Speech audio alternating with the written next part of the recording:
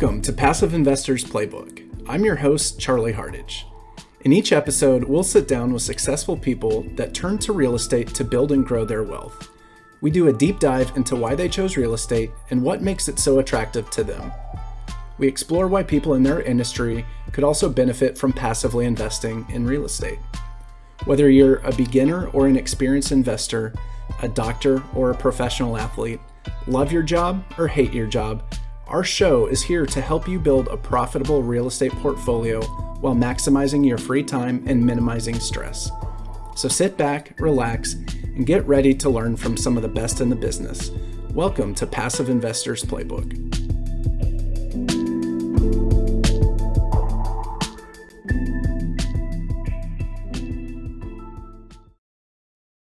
All right, so I'm really excited about this episode. I sat down with Jim Lee. Jim was born in Taiwan, came over to the States at a young age. What's really cool about his story is he actually didn't have any real estate experience, but he worked for a company, a real estate company that provides data. And so he was working with a lot of investors and saw that they were making money. And so he transitioned from sales to real estate, really just due to talking to all of his customers and clients. So it's really cool. Sit back, enjoy the episode with Jim Lee. Thank you for tuning in today. My name is Charlie Hardage, and I'm the host of the Passive Investors Playbook. Our show is focused on people that were successful in their careers prior to getting into real estate.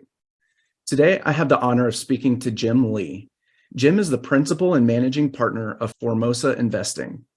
Jim was born in Taiwan and came over to the States at age 11. He received a bachelor's degree in economics from UCLA and started his career as an inside sales rep for LoopNet and CoStar. He's worked with top real estate agents who helped spark his interest in real estate and acquired his very first property. After achieving this milestone, he understood the power of passive investing and how real estate can help build long-term wealth.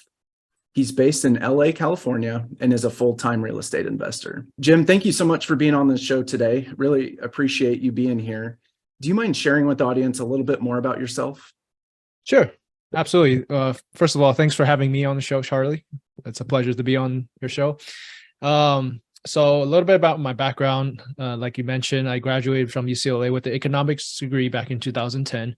As many of you would know, that's right after the 2008 subprime mortgage crash and followed by 2010 European debt crisis. So it was a really tough time to find a job. I was actually jobless for a year around that time, and I got really good at selling myself, going through just hundreds of interviews, eventually landed myself at a role as an inside sales rep, working at LoopNet CoStar. For those that don't know about LoopNet, it's basically Zillow for commercial real estate. I think that's what really helped me launch my real estate career. I was able to speak to real estate investors, real estate agents, property managers, lenders on a daily basis. So I kind of learned the importance of having multiple streams of income. From there, I got the idea of being able to create an additional passive income on the side by acquiring real estate, and that's how I bought my first 2-bedroom, 1-bathroom condo. And ever since I got that passive income, I was pretty hooked and never looked back. Transitioned from a W-2 employee to become a realtor, try to make a career out of real estate. Found out it wasn't a good fit, and then eventually I pivot towards becoming a real estate syndicator. That's awesome. Jim, I talked to a lot of guests, and sometimes their family was in real estate, or they had a buddy or roommate that was in real estate. Maybe they just found real estate because just doing some research, and kind of like me, I did have some family members that were in real estate, but when I was doing research on how to build wealth and financial freedom, real estate just always kind of kept popping up. And so your path is different. You started at LoopNet CoStar, and like you said, if you're not familiar with LoopNet, it's exactly like Zillow, but for commercial property. And so residential homes are listed on the MLS, Zillow, Redfin, Trulia, all that, and your local MLS. But commercial properties aren't. And so it can be harder to find those. But LoopNet is a really good place to kind of start. And there's, multifamily, retail, industrial, medical, all that, different types of commercial property. So I love your story, Jim, because you started out just doing sales, and you by kind of getting, also trying to sell, but you found that real estate was a great path for financial freedom and passive investing.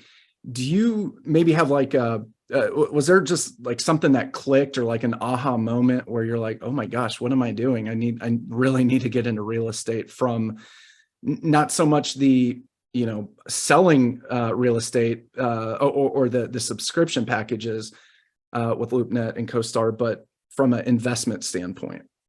Absolutely. I think, that again, I was fortunate enough to be able to work at LoopNet as my first job out of college. Because, I think just working in that environment and just figuring out, you hear these phrases like the rich gets richer and so things like that, right? And you when I was looking at LoopNet, that's when I realized, okay, that's how the rich gets richer. It's by, they make money, they continue to reuse that money to make more money for them, right? Right. And it's the concept of syndication, using other people's money. It's the same thing with any real estate you acquire. You're using the bank's money, right? Majority of them comes from the bank, 70-80% loan to value. So I was able to learn that concept pretty early in life about investing. And I think that really helped me understand that, okay, if I invest young, I can get to financial freedom faster, right? I think that and that itself was kind of helped me a lot in just shifting my mindset a little bit from being just a W-2 employee to having that investor mindset early in the stage. And I love that. Yeah. I think, a lot of us are taught, and I know you didn't necessarily grow up, or you spent the first 11 years in Taiwan. But a lot of us grow up with that middle-class mentality of, work hard, put your money away in retirement so you can access it, in 50 years. Right. And, that's how I was raised. And there's a lot of other stuff out there. That's not how the wealthy are raised. Right. They are raised, invest your money as soon as possible. Have your money work for you, so you don't have to always work for your money. And I love what you said, rich get richer because they're using OPM, other people's money. They're using the bank, to the leverage of 70-80%. So now they're only putting 20-30% down. You pay closing costs and, some extra capital in there to add value to the property or whatever your business strategy is. And some strategies, it's just, hey, let's just wait, let's get some cash flow, and let's, sell it when it appreciates in a few years. So I love that you kind of took action. You saw it from the standpoint of, hey, I'm just trying to get a paycheck. I'm trying to make some sales. And you realize that what your customers, what your clients were doing was working extremely well. And so you took action to kind of, take that leap of faith to go into the real estate side of things at first as an agent and then as an investor. You mentioned that you were not a good real estate agent, and I'm curious why you say that. Yeah. So as I moved on from my W-2 job and I got my license on the side, I was actually looking for more real estate deals for myself. Yeah. But in reality, it's not as easy as you think. Just going to MLS, it's a lot of relationship building and just getting networking and so forth to know the deals, right? And so I tried to make a career out of selling houses, and I realized it wasn't a good fit for me because after doing it 2 years, I wasn't getting much result, and I realized that I'm not good with emotional sales. Yeah. And as you know, as a home buyers, it is a emotional roller coaster, right? Especially if you're trying to purchase your first property, it's the biggest investment you're ever going to make, right?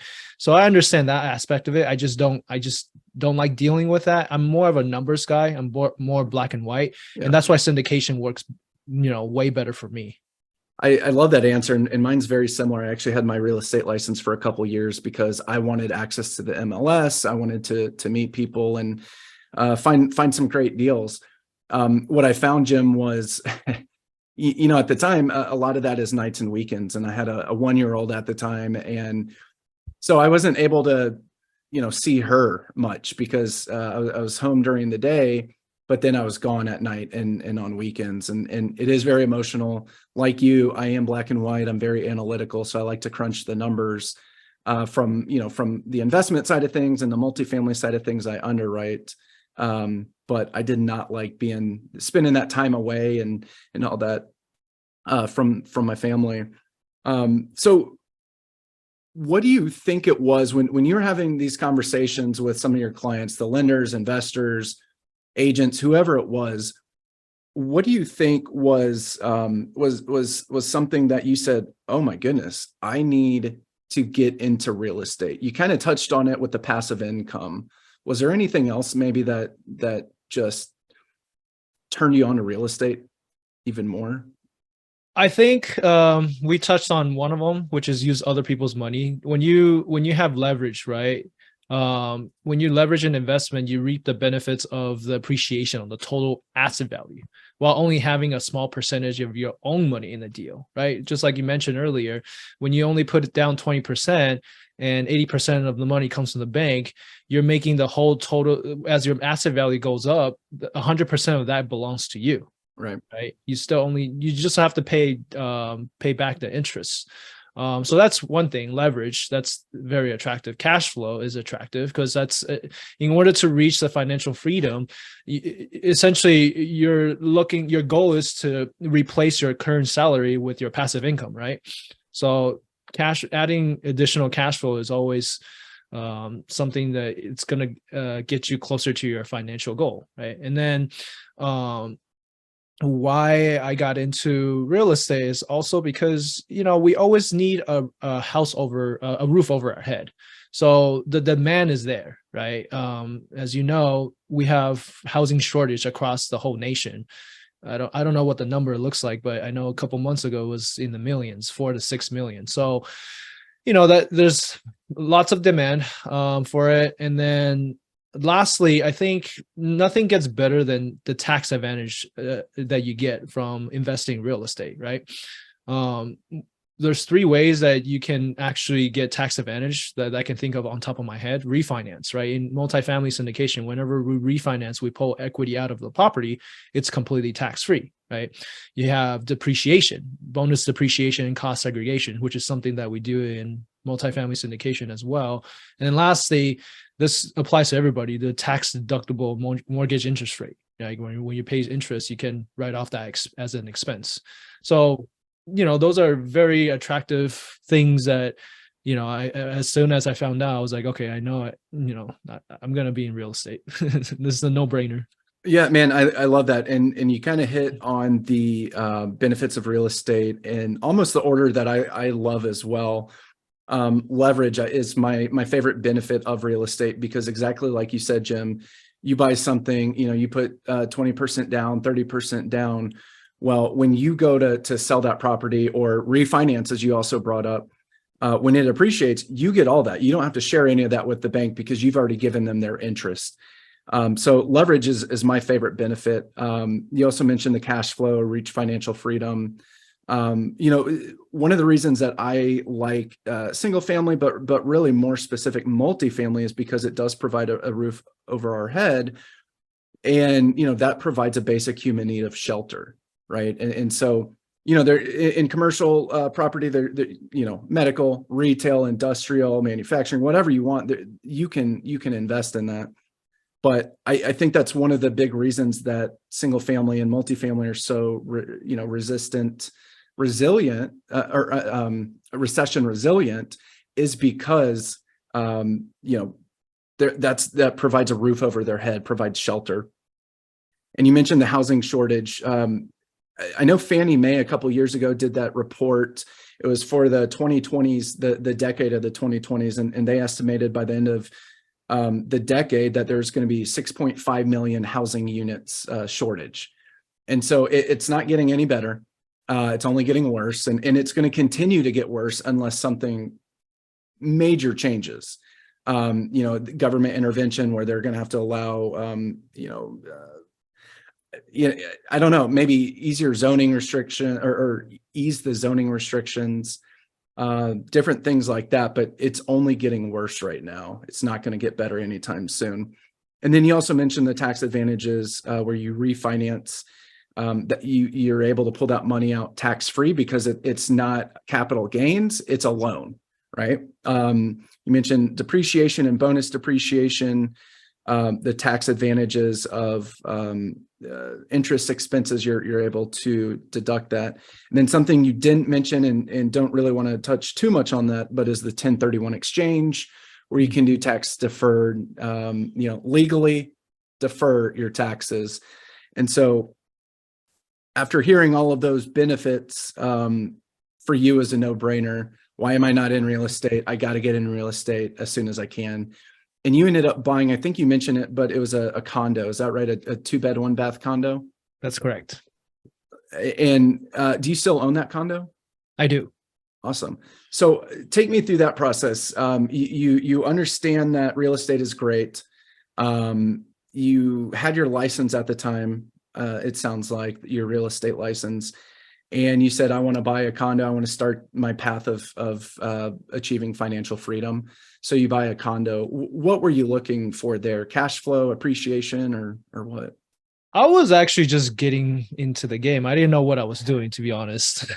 Yeah. So it was in between, I would say, job layoffs during that time. And I realized that I can't really rely on my salary, like I mentioned before, and I need to create additional stream of income in case something happens, right? In case I get laid off again. And so I acquired this 2-bedroom, 1-bathroom condo with cash offer. This is a short sale. It actually took me a year to close this building.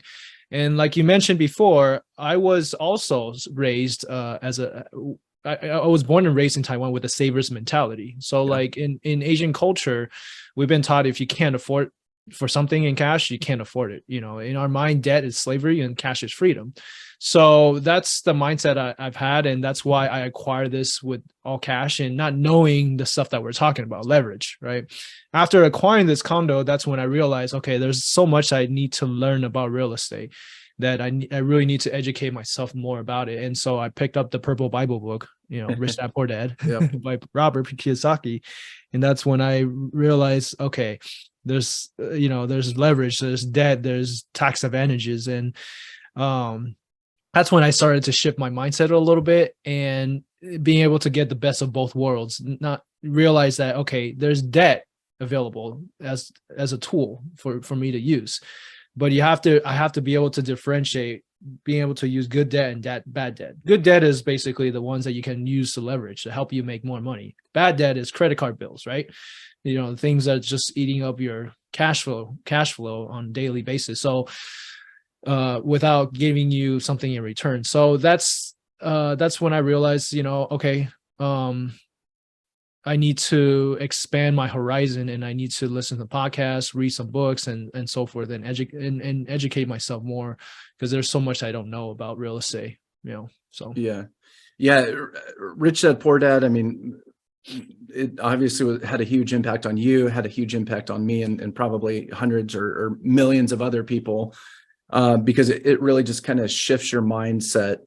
And I love what you said, debt can be a great tool if it's used properly, good debt versus bad debt. I love that because I think we are taught, you were definitely taught, I was taught, you don't want to use debt, not like it was the worst thing in the world and you had to do all cash, but you don't want to use debt. And I think if it's used properly, you can scale dramatically and quickly. okay, so I got to ask, man, you had an all cash deal for the short sale. How'd you come up with the cash? Yeah. So when I worked at LoopNet, was one of the top sales rep. So we got acquired by CoStar, a bigger company. And when CoStar took over, Andy Florence, a CEO from CoStar, threw us this huge incentive, sales bonus incentive. So like first place, who drives the most revenue for the company gets like 100 grand, and top 5 places win. We also have monthly incentive, which first place of the month gets 10,000, 5,000, and 2,500, so Wow. forth. So I won second place overall, so 50 grand. On top of that, I won consistently between first and second every month. So I racked up a good amount of money. I also saved a good portion of it. And then the rest of the savings was from when I was a kid, just allowances and so forth. So Very cool. yeah, like I said, I come from a saver's mentality, so that's always been easy for me. Yeah, that man, that's awesome. That's really cool. Okay, so let's talk about you had the condo, or you still have the condo. Why the jump from a 2-bed 1-bath to 100-unit apartment complex? That it seems like a big jump. Yeah, good question. So a couple things. One is that I think as soon as I got involved with real estate, I did everything from A to Z. Everything you can possibly think of. Finding the tenant, running the background check, collecting the rent, doing the maintenance, and all that. And I realize it's not so passive if you're if you're actively involved. So that's when I started to think, okay, I need to build a system, create automation, so I don't have to constantly be managing it, right? And so as I built that system, as I automate things, I realized, okay, it's more than just like doing all this stuff. I can do it all on my own, but it's a lot easier if you can delegate some tasks. Like say, for example, manage a property manager who's going to be managing your building. And so as I explore that, I realize that's not different than syndication. Syndication, you're just doing it under you're just scaling it. It's a lot easier. It's actually a lot easier to scale in syndication than it is for a 2-bedroom 1-bathroom condo. And I can explain that is because you can manage 10 different single family residents versus one 100+ unit apartment building, right? It's a lot easier to scale when you can have 1 or 2 on-site manager at that 100+ unit apartment building, versus you can't possibly be hiring 10 different on-site managers to manage each one of your property. And plus, let's say, for example, roofs, right? If you have roof problems, you have 10 different roofs versus like three roofs all under one property. So it's just easier to scale. And on top of that, you're also able to attract more sophisticated people to work with you, right? At the end of the day, it is a partnership. You need a lender who's going to lend you money. You need real estate agent who's going to look for properties for you, deals for you, right? You need property managers who's going to manage your operation after you take over the project. So that's how you automate things, right? You through partnerships, you're able to delegate all these tasks, and when you attract more sophisticated people, you're going to get better deals. So why would you not go bigger? Right. No, and it's funny because you would think, if you don't know much about the space, you would think buying a single family home versus a 100-unit apartment complex. Well, 100-unit, I can't do that. It's too much work. But the fact of the matter is, it's not much more paperwork, right? You're still getting one loan, you're still getting one insurance policy, one title policy, all that. It's still more paperwork, but you also have a lot more people to help you with that. And so I've said this a ton on my podcast, but you're able to focus on your superpowers and not everything, right? So if someone's really good at raising capital, someone's really good at underwriting, someone's really good and has the relationships with lenders, all that, everyone can focus on what they're really good at. And you don't have to learn, well, shoot, how do I, where do I go to find a roofing contractor, or where do I find a good property manager? Everyone brings different skills to the table. And so we're able to be a team and leverage each other's skills. And you said something that I loved. you're able to attract more sophisticated people, right? And that's true. You're able to attract smarter minds because it's a bigger deal, and everyone wants to be a part of that. Whereas if it was a small, 2-bed, 1-bath condo, people aren't going to be jumping up and down to be like, oh yeah, let me help you with that, right? Because it's a small deal. It's not easy to scale, as you know.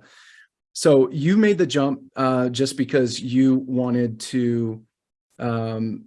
It wasn't passive. You wanted to be able to build systems and automations and leverage other team members.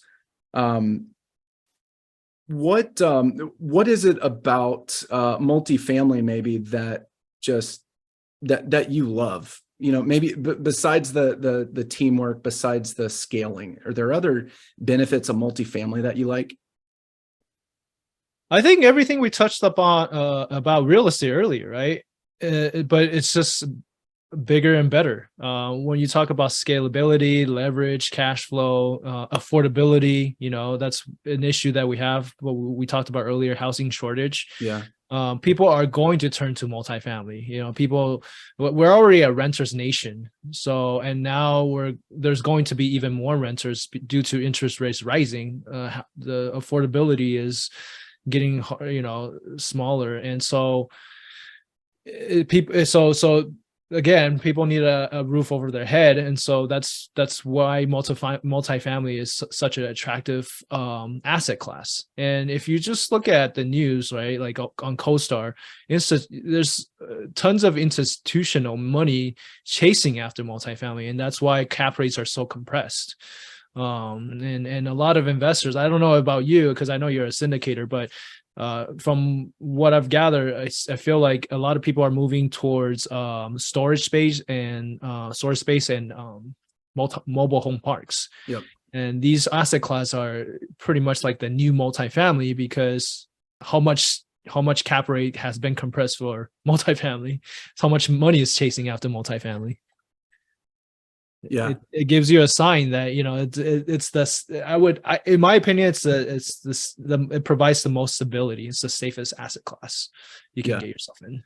Definitely agree with that. And you mentioned institutions, and just for the audience, institutions would be like the huge hedge funds. $500 million where they deploy capital, and they've been buying apartment complexes for a while, because they see the value in that too, right? And it's not just me and you, Jim. It's these huge companies with multi-million-dollar marketing budgets, multi-million-dollar analyst teams, all that, and so they see the benefits of multifamily, and they are starting to get into storage unit, self-storage, and mobile home parks, and build to rent a little bit as well. But yeah, I definitely agree with you. There's so many benefits of multifamily, and really depends on your strategy too. We add value to our properties where we force appreciation and force the NOI, the net operating income, to expand, to go up, and so that brings a return for our investors. And something you brought up a couple times, the housing shortage. That's huge, right? And people can't live in storage units. Mobile home parks are big, apartments are big. And I just think it's a very resilient asset class in general. What would you say your company goals are over the next 9-12 months? I would say we would like to do a couple more deals. Right now, I just started as a syndicator. I did 2 deals so far, and both of them were from last year. So this year, I plan on doing about 2 to 3 deals, I would say, this year. Awesome, man. That's great. Are you seeing some good deals come on the market? I know we're recording in April of 2023, and the last 9 months or so, not been too many good deals. But are you seeing anything come on the market now? No, not as much. I feel like sellers' expectations still hasn't come down. Yeah, I'd agree with that, and I do think that towards the end of this year, there's going to be a lot more deals that come onto the market. Where does your team look to invest? We look in anywhere in the Sunbelt states. So right now we focus mainly in the Carolinas, Georgia, Florida, Texas. Yeah, those are the areas that we're looking into. And why are you looking there? Why? Yeah. Oh, it's just because, my business partner and I, we, syndicate some apartment buildings here in Long Beach. And because of eviction moratorium, because of the politics in California, it's just not worthwhile to continue reinvest into California. We're diversifying basically Yeah. out of state, and the returns that we're getting out of state is double the amount. Like cash on cash, at most we can get 4 to 5% here, but elsewhere is between 7 to 9%. Wow. So yeah, it's a big difference, right? And that's why we're looking out of state. And also because of the politics, it's more landlord friendly. It's where migration, population is migrating to. A lot of people from California, New York have moved down to Florida, Texas, places like that, alternative sunshine states. So we're just, targeting wherever population is growing, and when there's population growth, there's got to be job growth, right? And then that's where economy and development happens, and that's where we like to invest in, in the next where there's potential in the next 5 to 10 years for growth. Yeah, man, that's great. And we look in, I'm in Tennessee, so I'm looking in Tennessee, Texas, Florida, Georgia a little bit as well. And we, similar to you, I mean, really the politics, population, job growth,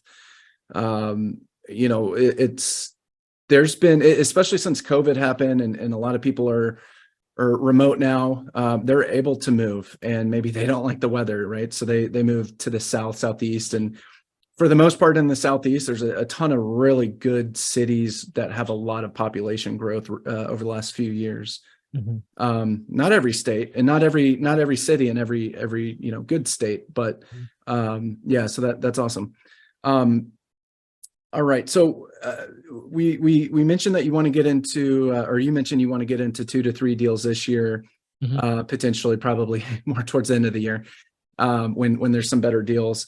I'd love to kind of talk about how you think CoStar or your time at LoopNet helped you become a better real estate investor.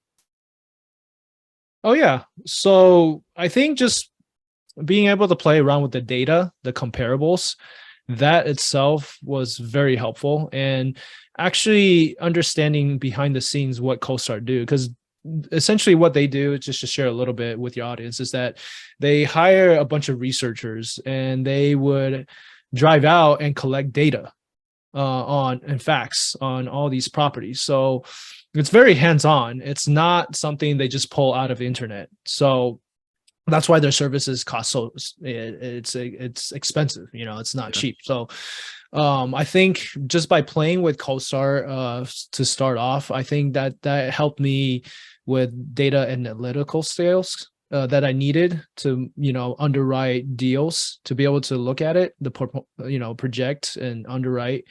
I think just what we touched on earlier, being able to choose markets, right? I think CoStar has one of the best data you can pretty much read over. Like they have a lot of information about the population and where is this potential submarket, tertiary market. A lot of great information where you can just analyze. I can sit there all day and just look at these data sometimes when I'm bored. So I think that helped me as an investor, being able to look and choose the right market to invest. Man, that's awesome. I love that answer. So, and just to kind of differentiate, LoopNet is kind of like a Zillow. LoopNet has a lot of the listings, so you can go on LoopNet.com, type in, what you're looking for, let's say multifamily in North Carolina, and it'll come up with all the listings that they have. Not all of the listings are on LoopNet. Some of those are off market, and some people don't advertise on LoopNet, but you'll get a lot of the listings there. CoStar is insane, and typically when we underwrite a deal, we get a CoStar report from a lender. It might be 100 pages, 120 pages, and it has so much data. That's just a report though. CoStar itself has just so much data, you can get lost in it. So I've seen those reports. I go through the reports, there's probably 10, 15 different things that I look at personally when I go through a report.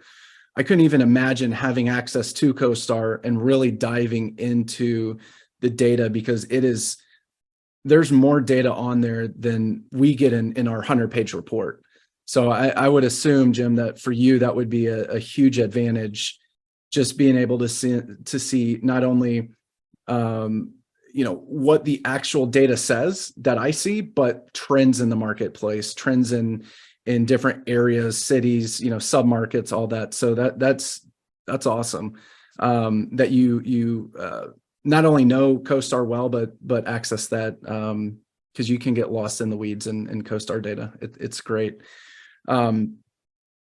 So what would you say maybe to one of your colleagues that you worked with at LoopNet, CoStar, that they see the power of it, right? They see the power of real estate because they talk to investors and lenders and real estate professionals often. What would you say to them maybe to get them to invest with you passively? What would that conversation entail?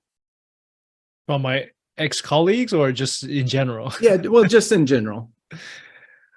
Yeah, I mean, in general, I would say most people, they already know that I've been involved in real estate pretty much my whole life, and they know the deal. I would just say, I'm not a pushy sales type of person. I think there's a time for everything. So if reaching financial freedom is your goal, then I would suggest that they take action, to do whatever, whether it's invest passively, whether it's being an active investor, or just buying your first 2-bedroom, 1-bathroom condo like I did without knowing much. Just take that first step, because once you take that first step, then that's when you'll take it more serious. You'll start to study more about it than like I did, so that you don't make the same mistake over and over.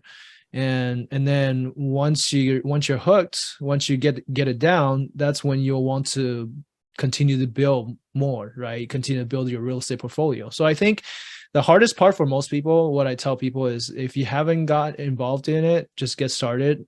Doesn't matter what it is, or even through passively, like through partnership, you can get started, with your family, friends, So I think that's the one thing I've always tell people, because I think in this environment, a lot of people want to hold on to their cash, right? They're scared, and that's a fear that people have. But your money is not working for you. Inflation is just eating it away, and there's you can't really time the market. You just have to realize, it takes a little bit of financial education for you to be able to make money, whether the market is going up or down. Yeah, I love that answer. Take action is something I did not do. I read the Purple Book that you were talking about, Rich Dad Poor Dad. Read probably another 10 books or so. Listen to hundreds of podcasts and just was online just trying to figure out what I wanted to do. And I never took action. When I heard about multifamily syndication years ago, that had a huge impact on me, because I didn't grow up. I knew 401ks, IRAs, mutual funds, stocks. At least I didn't know the market well, but I knew about them. And when I heard about multifamily syndication, I was like, man, I can invest passively. I don't have to do anything. And these are the projected returns. Oh, and that's the conservative returns. It just had this huge impact. And so for me, I know you said that you're not pushy, you're not salesy. The way I kind of see it is, I'm not trying to sell someone on investing with me. We're providing this opportunity to reach and achieve financial freedom and to grow wealth. And so that's the way I look at it, Jim, just because I know for me, it had a huge impact on me. I've told a lot of friends and family about it. It's had a huge impact on them as well. And then, something else that you said towards the end is, when you start buying, you'll get hooked. There's not many people that I know that bought real estate, invested in real estate and then stopped, right? Usually they're next step is, how do I scale, not how do I stop? And so that's why, in multifamily, talked to a lot of people like you, started in single family, realized, hey, this is good, but there's got to be something better. And they get into multifamily because you can do it passively, or you can do it actively, like you said. And now you're able to focus on your strengths and not have to worry about your weaknesses too much, because you have a team that's helping you out. So thank you for those answers. I love that. Do you have a recent book maybe that stands out, like real estate, self-help, business book? Yeah, absolutely. Let me see if I can see if I can find it for you. Okay, here it is. How to Be a Power Connector. It's by Judy Robnett. Very cool book. I don't know if you can see it. Yep. So why I like this book currently is it's one of my favorite books currently is How to Be a Power Connector. I try to focus on reading books that's current with the stuff I'm working on. Mm-hmm. For example, this book talks about your social network provides the opportunity for people to accomplish together what would be difficult or impossible for them to do it individually. And I think the reason why I brought this up is because every strategic connection, provides more opportunities for your business, and like a lever, it magnifies the effectiveness of your efforts, right? So, which ultimately, what syndication is. Every connection, realtor, lender, property manager, investor is crucial to the success of your overall business. That's awesome. How to be was it Power Connector? Yeah, How to Be a Power Connector. Very cool. Awesome. Thank you. All right. What can people expect to see from you in your business in the next few years? I would say they can expect that I would, I would exit some deals. I would finally have some track record to back off what I say. And then, and continue to do more deals in pretty much all the Sunbelt areas. Awesome. And if people want to connect with you, if they want to invest with you or find your website, what's the best way to reach out to you? They can visit my website, formosainvesting.com. Okay. I wrote a short 20-pager ebook of all the mistakes I've learned from being a real estate investor, so you don't have to make them. Awesome. I also have you can also connect me on social media links, Facebook, Instagram, LinkedIn at Formosa Investing. Very cool. All right. Facebook, Instagram, LinkedIn. We'll put those in the show notes along with the website. Man, thank you very much for your time, Jim. It's been awesome talking to you. I love your story about kind of sitting in the W-2 world, seeing other people be successful, and you saying, hey, I can do that, and doing it. I love that. Thank you so much for being on the show. Yeah, absolutely. Thanks for having me. It's been a pleasure. Thank you for listening to today's show, brought to you by H&K Investment Group, your home for passive investing. If you want to learn more about how you can invest with us, please check out our website at hkigllc.com. Don't forget to like this episode and subscribe to our podcast. Please leave us a review to let us know how we are doing. Feel free to connect with me directly on LinkedIn or Facebook. As always, I'm your host, Charlie Hardage. Catch you next time.